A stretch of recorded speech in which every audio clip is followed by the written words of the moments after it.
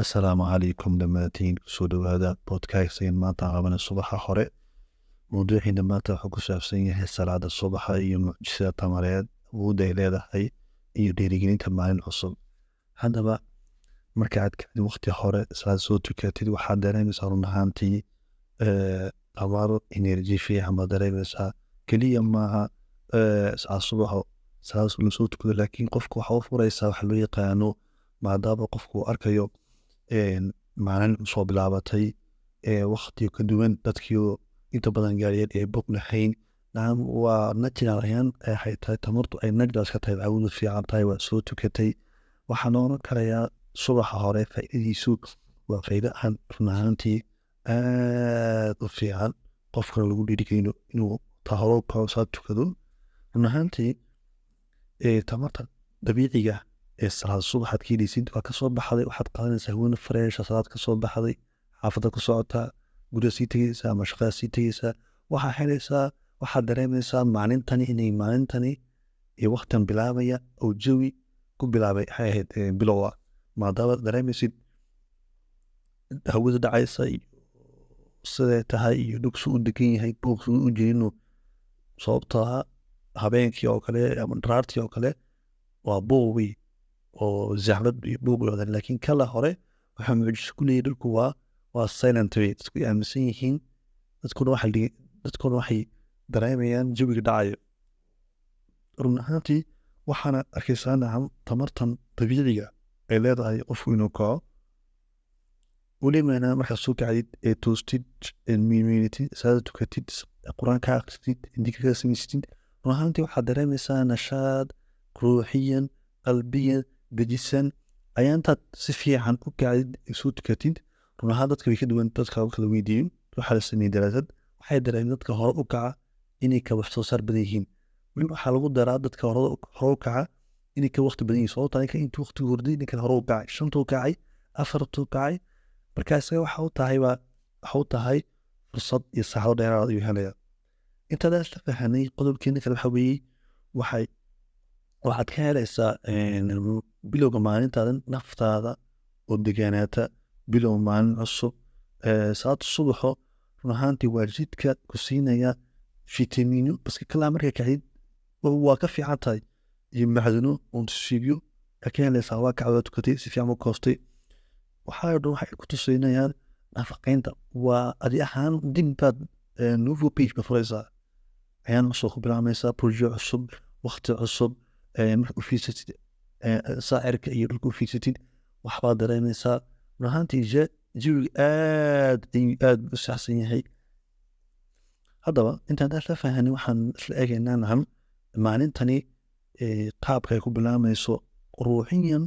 waxaad helaysaa waxa loo yaqaano dhiirigelin ruuxiyan nafsiyan baad helaysaa, iyo waxa loo yaqaano marka kacdid ee tukatid masalada soo qaadatid dhigatid howlahaagii iyo cuntadaadii aad bilowsid dadka shaqada aad u socotid. waxaa la oran karayaa jawiga waa jawi ugu fiican ay kala qof oo ka helo.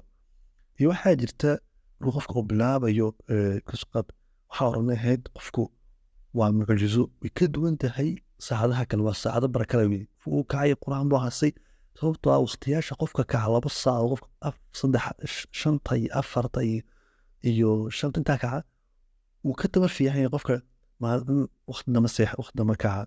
welibana qofka waxay siinaysaa dhiirigelin waxa loo yaqaano qofka ku tatirsinaysa inuu howlihiisa qabto. nashaad ma dareemaya, caajis ma dareemayo, wuxuu is leeyahay wuxuu dareemayaa fudayd buu dareemayaa, wuxuu dareemaya weliba inuu waxyaabo jiidi qabto. balse laakiin qof markuu ku sii nagaado uu sii seexdo, qofkaay hurdadaay waxma soo kordhinayso. hurdada waxa weeye waa intaan u baahan ma seexanaynaa. haddaad ka badisid intaad seexaysa aad ka badisid, adiga waxay kugu noqonaysaa effect kale, sababtoo ah waxyaabo ma qaban karaysid oo waxay ku dhalinaysaa inaad caajis iyo wahsi qaadatid. dhibina waa kii lahaa markaad aroortii kacdiin waa inaad ilaahay ka barin caajiska iyo wahsiga, inuu ilaahayna ka barin. sababtoo waa laba xanuun oo qofka u diidaya inuu wax qabto, hawl qabto ama productivity ama wax shaqa u qabto, nafiyan bad yaad u caajisaysaa. marka waxaan isla fahanay run ahaantii salaad subaxa waxa weeye waa waqti cusub, waa waqti diiran, waa miracle, waa mucjizo. Sababtoo ah jawiga weli waxaad dareemaysaa run ahaantii jawi ka daran jawiyaashii kale. Leydha baxaysa, dadku isku aaminsan yihiin, dadku waxay dhegeysanayaan Netflix ka dhegeysanayaan, shimbirihi baa ciyaya, bis xayawaanada kale ciya, laakiin bini'aadankii way ka waqti badan may soo toosin. Marka waqtiyaasha waxa weeye waqtiyaasha dahabka la waqtiyaasha dahabka dadka badan waxaa la sheegaa dadka adduunka horumaray iminka teknolojiyadda inta ugu badan dadka ka shaqeeya kabir waaweyn hore u kaca. Sababta waxay garteen sirta ku jirta qofka inuu hore u kaco iyo faa'iidooyinka uu ka helayo nashaadka. Waxaa lagu sheegay mid ka mid a mid ugu kambaniyasha ugu waaweyn wuxuu qoondaystay oo Liverpool loo yaqaano miracle morning mucjisada subaxa. Wuxuu yiri awalkii hore ma ahayn bii qof waqtigiisa nidaamiya, laakiin wuxuu yiri markaan anigu aan go'aansaday inaan horumaro waxay shanta ayay ahayd. Shanta ka injiluuni waa socon jiray, waxaan samayn jiray sporti kadib hawlahayga. Wuxuu yiri muddo waxaan ku wada yiri gaaraysa 6 cisho noloshiisii waxba iska bedelay. Sababtoo ah saa qof markuu hore u kaco faa'iido badan uu kala u dhaawaa ninkan dafraya, ninkan habeenka sabaaxaynaya habeenka soo jeedaya. Ninkani habeen intuu sabaaxayn lahaa intuu hore iska seexday iyuu soo kacay. Wuxuu ka tegay isagoo ninkiyo qof kale ka soo laba qof hurda, midna uu dhafaraa, midna ma dhafaro. Ninkan dafraya xaltu soo jeeday, ninkan uu hurday, aroortu soo kacay, nashaad buu helay. Talabaadna waxa culimadu wax ku qiyaasaan hurdada u dhaxaysa 10 ilaa 4 ama 5 hurdada barakeeda way ka hurdooyinka kale way ka tayo fiican tahay. Weli waxaa lagu sheegaaba saacado dheeraad inay ku jiraan oo badan kala arkin. Marka waxaan qoran karnaa run ahaantii subaxa markaa kacdid jawiga uu degan yahay waqti oo roobaad yahay run ahaantii waa jawi aad u qurux badan, aad dadku ay ugu raaxaysanayaan qalbi ahaan, maskax ahaan ay ugu raaxaysanayaan. Sababtoo ah waa sababta u oranay maalintani waa maalin cusub, waa page cusub. Sababtoo ah waa maalin aad ka haysid hawlahaaga hawlo kale ka duwan yihiin, horad u kacday, nashaad baa tahay.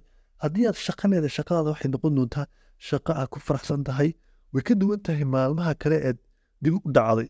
Sababtoo ah maalintani waa maalin aad ka heshay oo fool qalbi ahaan baad ka heshay diiraraan, waa soo tukatay, salaada soo tukatay, quraanka soo akhrisatay, shaqadaada baa imatay. Maalintan waa maalin aad ka fiican. Sababtoo waa maalinta wax loo leeyahay dadku waa inay hore u kacaan. Sababtoo muslimiin baa inagu nahay weli qurbaha marka la joogo dadka waxaa ku dhacay inay dib iyo radaalaan badanka waqtigii helin. Laakiin wadankii run ahaantii waxay ahaayeen dadku inay hore u kacaan wayna ka nashaad fiican yihiino. Waa sababtoo ah qof markuu doonayo inuu la dagaalamo wax loo yaqaan stresska. Stress waa maxay? Waa wax qabad la'aan badan ka yimaada lagu sheegaa. Marka qof waa inuu hore u kaco, waqtigiisa nidaamsado, siduu samayn lahaa horumar nafeed iyo horumar bulshaba. Sababtoo qof markuu isu isbedelo ayaa waxa la dhahaa mid ku bedeli kara, laakiin qofka si isbedelin way adag tahay inuu bedelo. Waa saayo dadka inta badan ee guuleystay ee dadka motivationka iyo dadka ku xeel dheer development personalka iyo hore u kaca waqti uu leeyahay. Waxaa arkaysaa markaad qurbaha joogtid oo reer waaweyn oo waqtigaa soo kacaya. Sababtoo dadka Turkida waqtiga way dhacaan dibadda u soo baxaan ama wax ciyaaraan jiib ciyaaraan. Sababtoo waxay fahmeen xikmadda secret ku jira iyo faa'iidada ku jirta qofku inuu hore u kaco oo dib ugu laabin.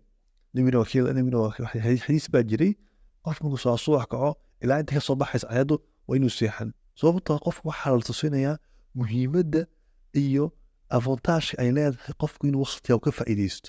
Sababtoo waqtiyaasha dahabiga ah oo qofku horumari karayo diiniyan oo isku dhisi karayo inuu quraan awlaad u leeyahay quraankiisa oo xafidi karayo. waa waqtiyaasha ugu mudan ee qofka lagu taliyo dadka ay kula taliyaan waqtiyaasha inuu ka faa'iido dadka sababtoo ah inta dadka wax xufaada iyo dadka wax xafida waxay sheegaan waqtiyaasha xafidaan waqtiyaasha u dhaxeeya afarta ka dambe subaxa weey sababta qofku uu degan yahay qalbiyan baa degan tahay nashaad baad dareemaysaa madaalnid fresh baa tahay waxaa loo yaqaano marka waxaa la dhahaa qofka 20 minute ama saacad ugu horeysa subaxiisa maamula ee hore u kaca uu ka fiic inta kale waxaa laba boqolkiiba subax waxaa lagu tilmaamaa sidii bug oo qorin u dhashay wadankan oo mar la wadaagay oo u dhashay jarmalka maahayn wuxuu dhashay talyaaniga wuxuu qoray 80-20 waa xeel buugu dhalay wuxuu yidhi maalintaada 80% waa inta hore mayba 20% way yar tahay waqtigan waa 20% 20% ayaa ku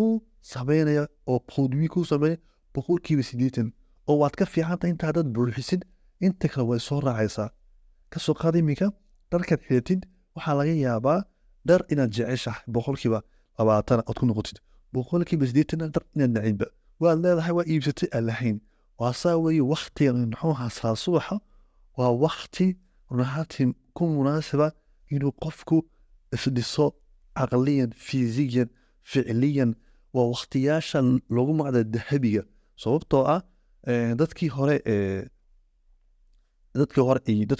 culamadii hore waxay oran jireen ninka naamka laha waa meesha uu qof ka bilaabo powerka qofka siinaya qofka awoodda wax baranaya qof wax soo saaraya marka waxaad dareemi karaysa ila sawiro adigoo kacay waqti ku buuxsaday soo kacay tukaday meedhay hadayday u baxay salaada soo tukaday way ka duwan tahay run ahaantii maalmaha kale ee dib u dhacin ee reetaan aad noqotid waa sababtaan leeyahay salaad subaxo wuxuu leeyahay mucjizo ka weyn marka loo tibo maalin bilaabay ku bilaabaysa jawi iyo waxa loo yaqaano maalin cusub sababtoo ah waa sawi marka podcasting maanta waxaan ka hadlaynay faa'iido ay leedahay subax qofku inuu tukado iyo qofka dhifitaankiisa horumarkiisa intaa baan ka hadlaynay waxaan leeyahay insha allah saa iyo kunti dambe asalaamu calaykum waraxmatullahi wabarakaatu